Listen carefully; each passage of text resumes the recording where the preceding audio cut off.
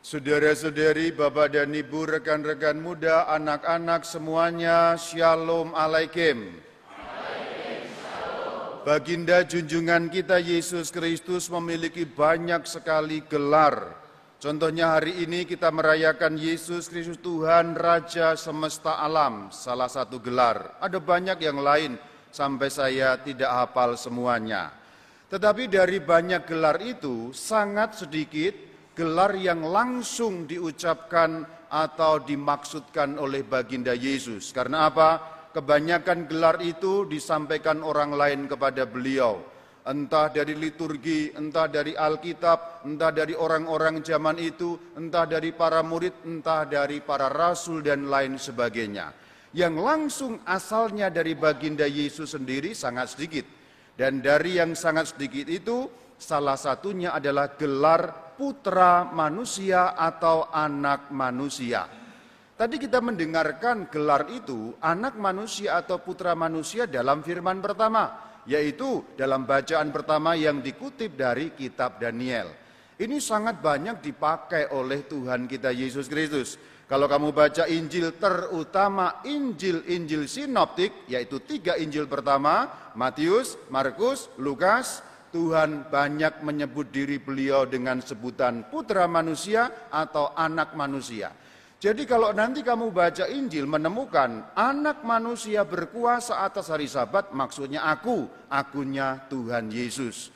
Jadi kalau ada kata-kata anak manusia, contohnya ya, anak manusia berkuasa atas hari Sabat, maksudnya aku berkuasa atas hari Sabat, Tuhan atas hari Sabat. Jadi kata anak manusia ini banyak digunakan oleh Tuhan Yesus untuk menggantikan kata aku. Ini sebuah gelar. Tetapi kalau kita memahaminya dengan pikiran kita sendiri dan kurang paham bagaimana zaman perjanjian lama, apa arti gelar itu, tersesat. Karena maknanya bisa berkebalikan. Kita orang Indonesia kalau dengar anak manusia, oh anak, oh ya anak. Manusia, orang, oh anak manusia, anaknya orang. Gitu aja kan ya. Oh berarti benar, Yesus anak manusia, anaknya Bunda Maria, anaknya Bapak Yosef, kamu orang. Bapak Yosef orang bukan? Orang. Bunda Maria orang bukan? Orang. Yesus anak manusia, anaknya orang. Selesai. Tetapi kalau memahami dengan makna seperti itu, berkebalikan dengan maksud aslinya. Sebab kalau Tuhan menggunakan istilah gelar anak manusia, putra manusia, yang dimaksudkan gelar yang sumbernya dari kitab Daniel yang tadi kita dengar sebagai firman yang pertama. Maka ayo kita meluncur ke perjanjian lama, kalau kita paham nanti membaca Alkitab satu tingkat lebih mengerti apa maksudnya itu. Kalau tadi kita dengar dan masih ingat, semoga masih ingat, yang ingat ditegaskan lagi, yang tidak ingat diingatkan. Kalau yang enggak pernah ingat, ya enggak apa-apa, tetap bisa masuk surga, tenang aja. Tapi kalau kita mau ingat-ingat lagi kitab Daniel tadi, ada perkataan seorang seperti anak manusia, itu istilah anak manusia. Ada 3 hal yang lain yang menyertai, dikatakan tampak dalam awan-awan turun dari langit, itu yang pertama. Yang kedua, kekuasaannya tak akan berakhir. Nomor 3, kerajaannya tidak berkesudahan. Jadi putra manusia punya 3 kualitas ini. Anak manusia ini bukan sekedar anaknya orang, tapi seseorang yang punya 3 kualitas. Yang pertama turun dari surga, yang kedua kekuasaannya tak terbatas atau kekal, yang ketiga kerajaannya tidak akan berkesudahan.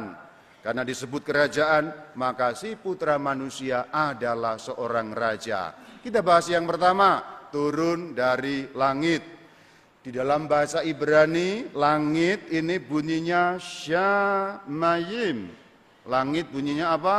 Syama. Pinter bahasa Ibrani kamu ya. Jadi nanti pulang kamu udah bangga aku bisa bahasa Ibrani. Apa? Syamayim. Tapi ngomongnya harus begitu agresif. Gitu. Karena kalau bahasa Ibrani itu mirip-mirip bahasa Arab. Syamayim. Kira-kira begitu ya.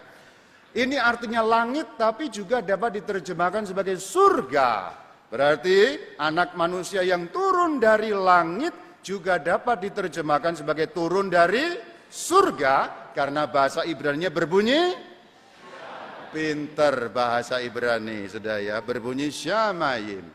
Artinya siapa yang turun dari surga, ini bukan manusia biasa. Kita tidak turun dari surga, manusia tidak turun dari surga, manusia dibuat dari tanah, muncul dari bumi istilahnya.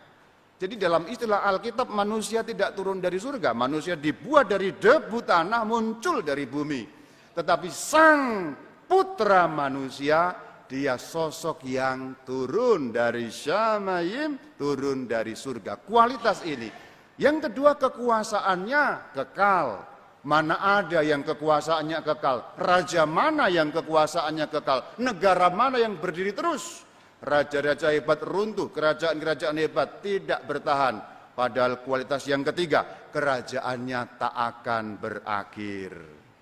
Inilah sang putra manusia. Jadi kalau kita membaca putra manusia, bukan anaknya orang itu maksudnya ya. Tapi apa? Dia yang turun dari surga, dia yang kekuasaannya kekal, dia yang kerajaannya takkan berkesudahan. Itulah Yesus Kristus, Tuhan junjungan kita. Berarti beliau adalah Raja, persis seperti yang kita rayakan hari ini dalam perayaan liturgi Hari Raya Tuhan kita Yesus Kristus, Raja semesta alam. Tapi persoalannya adalah Raja yang model mana?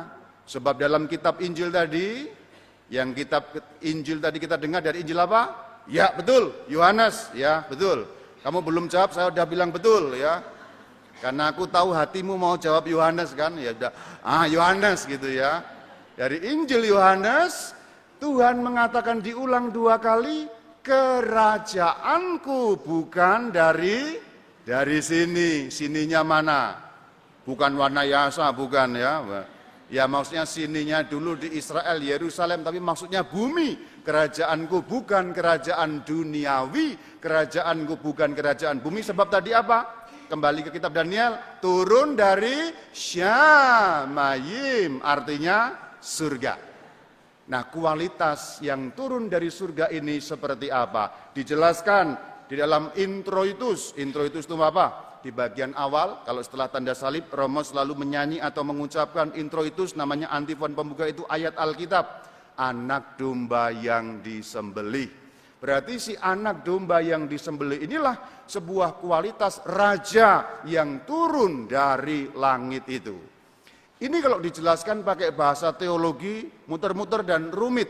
Akibatnya nanti bisa botak, bisa putih rambutnya, rontok, kisut, keriput, malah susah. Maka dijelaskan aja pakai bahasa Jepang, jelas dan gampang. Gini kira-kira.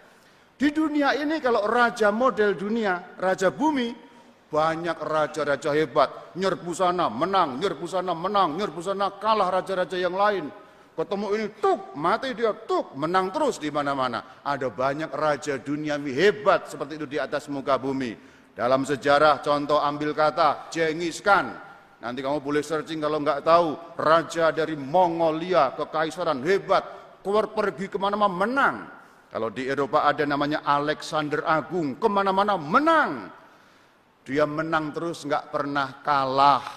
Tetapi begitu ketemu musuh yang satu ini, tidak ada satupun raja bumi yang menang. Begitu ketemu musuh yang satu ini, tidak ada raja bumi satupun.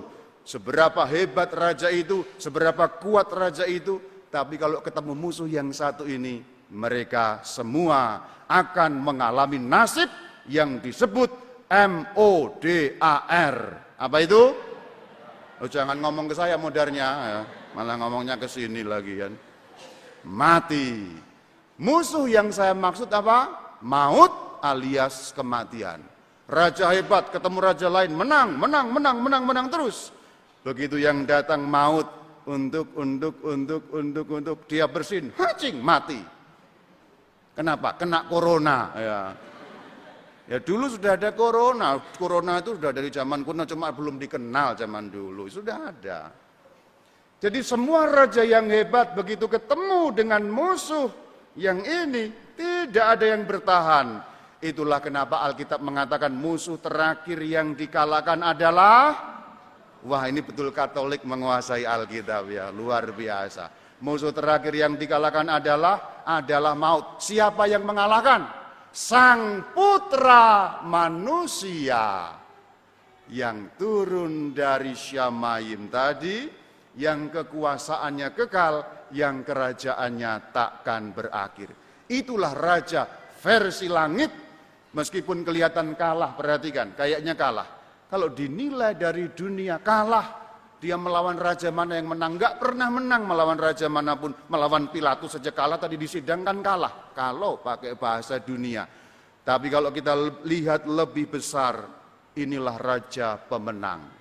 Raja-raja yang lain ketemu musuh yang namanya maut, pasti mati, pasti kalah. Tidak ada yang menang. Tapi raja ini raja pemenang, sebab kekuasaannya kekal, sebab kerajaannya takkan berakhir. Jadi kalau kita warga kerajaan, secara bahasa gampang, ikutlah raja yang paling juara, raja yang pemenang, raja pemilik kehidupan yang dalam arti sesungguhnya. Jangan ikut nabi ini, jangan ikut nabi itu, nabi ini, nabi itu, nabi A, nabi B, nabi C, mati semua. Tidak ada nabi yang menang terhadap kematian. Tapi sang anak manusia yang turun dari Syamayim, kekuasaannya kekal, kerajaannya takkan berakhir, itulah yang kita rayakan hari ini sebagai apa? Hari Raya Yesus Kristus Tuhan Raja semesta alam. Demikian makna hari raya hari ini berdasarkan Alkitab, kitab Daniel yang sudah kita bahas, dan satu tingkat kita lebih paham kalau nanti baca anak manusia atau putra manusia, pengertian kita sudah lain. Shalom alaikum.